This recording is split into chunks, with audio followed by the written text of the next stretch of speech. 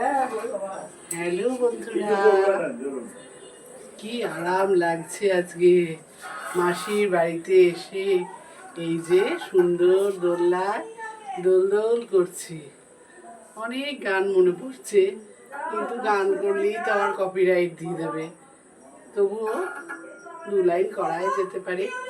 সেদিন দুজনে দুলেছিল বনে, ফুলো ডোরে বাঁধা ঝুলনা।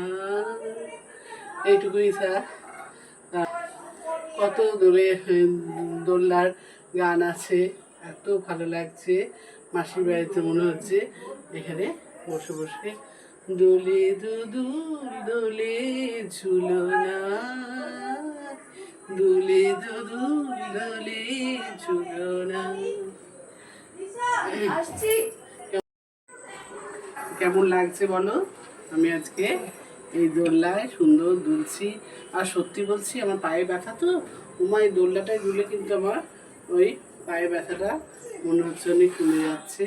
খুব ভালো লাগছে। অনেক দিন পর দোলনায় দুললাম। অনেক জায়গায় অনেক পার্কে টার্কে যায়, সেই দোলনাগুলো উঠতে ইচ্ছে করলেও সেগুলো খোলা থাকে বলে আমি উঠতে সাহস করি না, কারণ পড়ে তো যেতেই পারি। সেই কারণে এই দোলনাটায় ভীষণ সেফটি। অনেকক্ষণ মনে হচ্ছে দুলি, আর আমি অনেকক্ষণ ধরে দুলছি।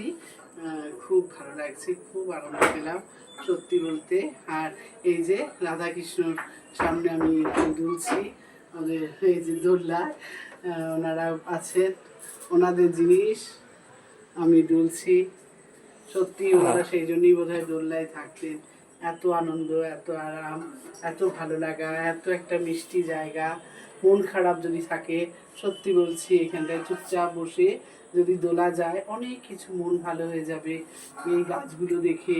হ্যাঁ, আবার যদি সুন্দর এমনি ন্যাচারাল গাছ থাকে, প্লাস এই দোলনায় দুললে অনেকটা মনটা খারাপটা ভালো হয়ে যাবে। অনেক অশান্তিটা মনে হবে মুহূর্তের মধ্যে দূর হয়ে গেল। মনটা খারাপটা যেন অনেকটা ভালো হয়ে গেল। তো চলুন আজকে ভিডিওটি এখানেই শেষ করি।